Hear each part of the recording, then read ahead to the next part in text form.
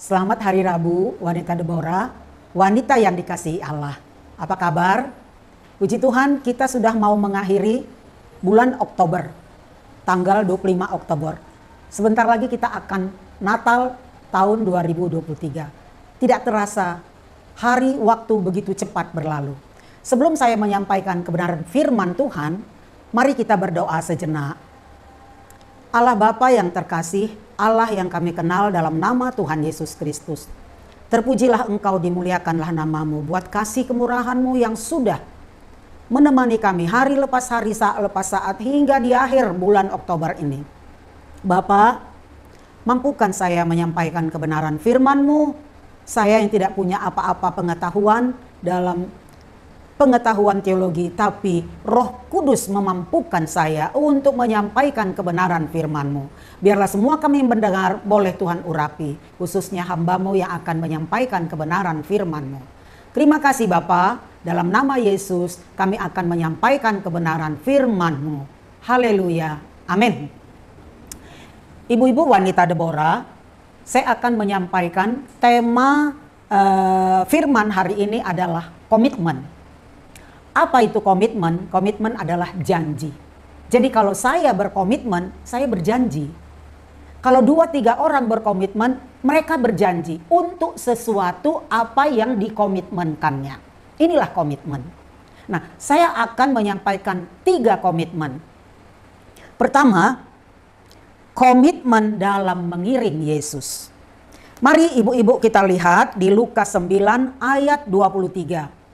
Dikatakan di atasnya, pemberitahuan pertama tentang penderitaan Yesus dan syarat-syarat mengikut Dia, syarat-syarat mengikut Yesus.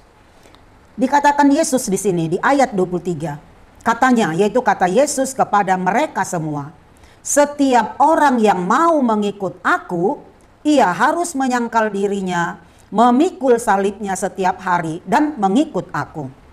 Jadi setiap orang yang mau mengikut Yesus harus menyangkal dirinya dan memikul salibnya setiap hari untuk mengikut Yesus.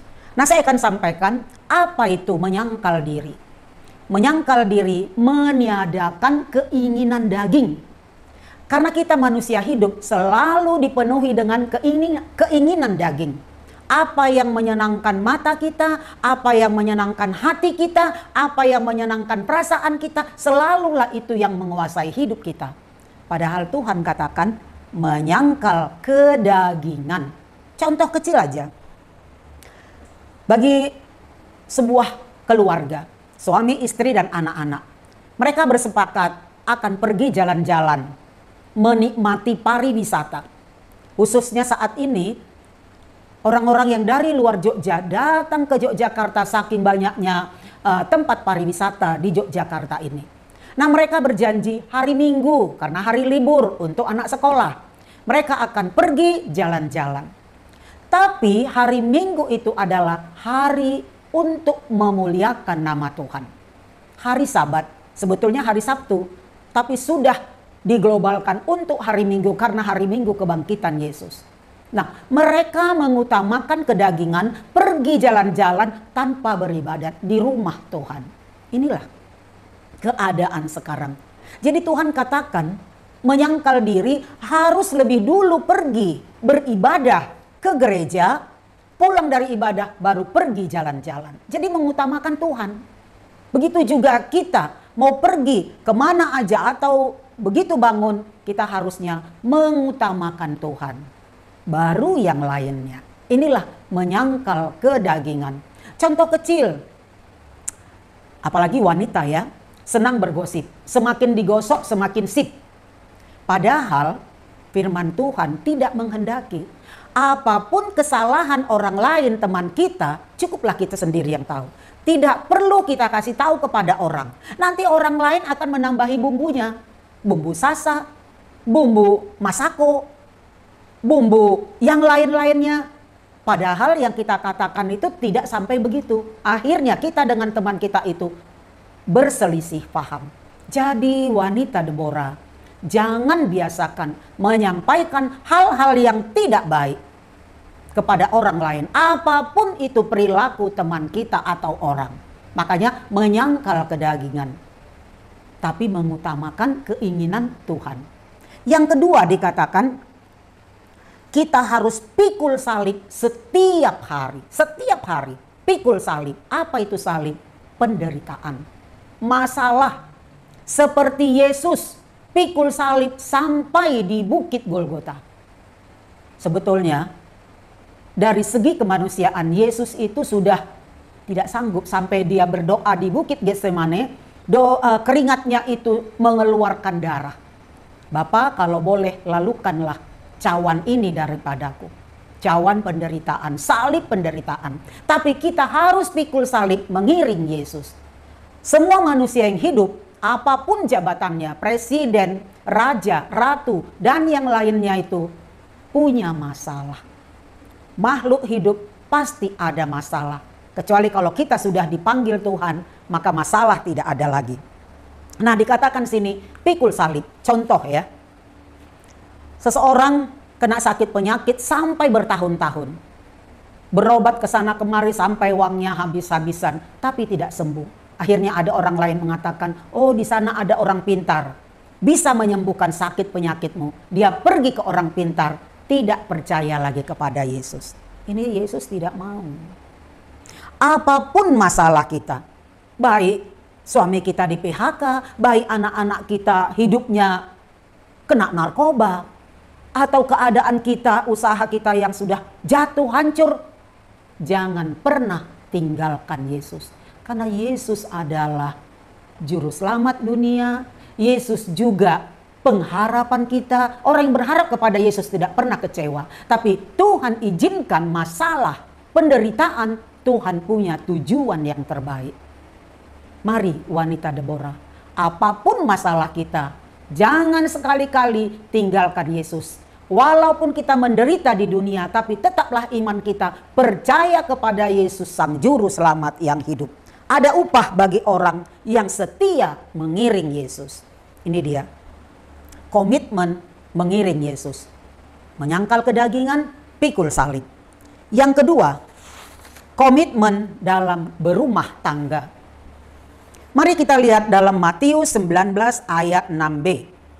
Matius 19 ayat 6b, Markus 10 ayat 9. Apa dikatakan di situ? Karena itu, apa yang telah dipersatukan Allah tidak boleh diceraikan manusia. Sekali lagi, karena itu, apa yang telah dipersatukan Allah tidak boleh diceraikan manusia. Ini janji pernikahan kita sewaktu kita diberkati di gereja. Apapun gerejanya, pasti pendeta yang mengatakan yang sudah dipersatukan Allah tidak boleh diceraikan oleh manusia. Tapi apa yang terjadi saat ini? Banyak orang Kristen, bahkan pendeta sekalipun, cerai. Karena apa? Ada perselingkuhan di dalam rumah tangga. Ada perzinahan, baik suami, baik istri. Tidak lagi hidup kudus di dalam rumah tangga. Inilah yang terjadi sekarang. Sekarang sudah mudah sekali menyatakan perceraian. Baru beberapa bulan nikah, bercerai. Belum sampai 1 tahun. Itulah ini terjadi saat ini. Kliennya anak saya, baru berapa bulan menikah, cerai. Dia tidak pertahankan hidup kudus di dalam rumah tangga. Nah, ini Tuhan tidak menginginkan kita wanita Deborah. Bagaimanapun sifat suami kita, mari kita datang kepada Tuhan, mendoakannya. Begitu juga bagaimanapun sifat kita, seorang istri atau perempuan sering merepet atau apa, biarlah suami kita mau mengampuni perbuatan atau perkataan kita. Sehingga rumah tangga kita itu tetap langgeng sampai tua, sampai Tuhan memanggil kita. Yang ketiga, komitmen dalam bekerja. Nah, yang ketiga ini yang paling sering terjadi saat ini, apalagi ini saling gencar-gencarnya untuk memilih presiden, memilih anggota DPR, banyak iklan-iklan, janji-janji, 1000 janji. Tapi setelah berhasil tidak ingat janji. Padahal Tuhan katakan di dalam Amsal 10 ayat 6. Mari kita lihat. Berkat ada di atas kepala orang benar. Berkat ada di atas kepala orang benar. Bukan orang pintar, bukan orang kaya, bukan pejabat, atau apapun. Tapi berkat itu ada di atas kepala orang benar. Kalau kita sebagai istri bekerja atau suami kita bekerja di perusahaan, di instansi, kita melayani di toko, atau kita yang berjualan, mari kita hidup dalam kebenaran. Kenapa? Nah, dalam Mazmur 25 ayat 8, Tuhan itu baik dan benar. Tuhan itu baik dan benar.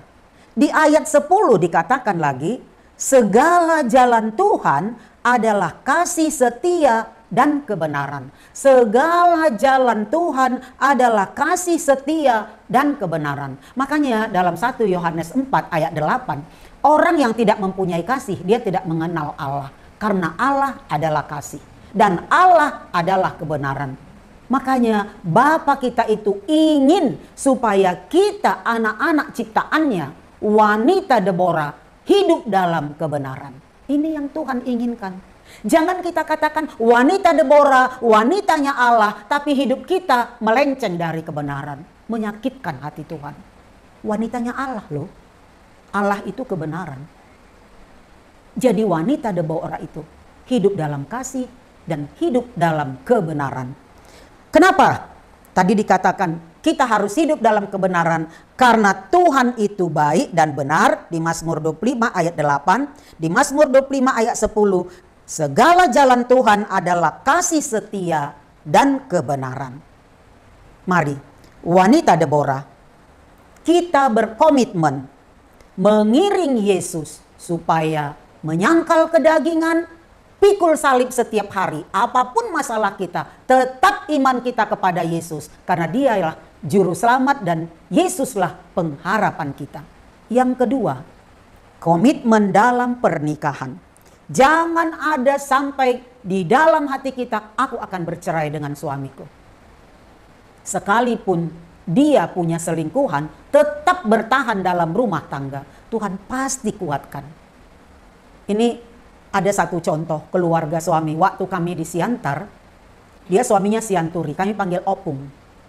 Tapi sudah meninggal suaminya saat saya bertemu dengan istrinya ini.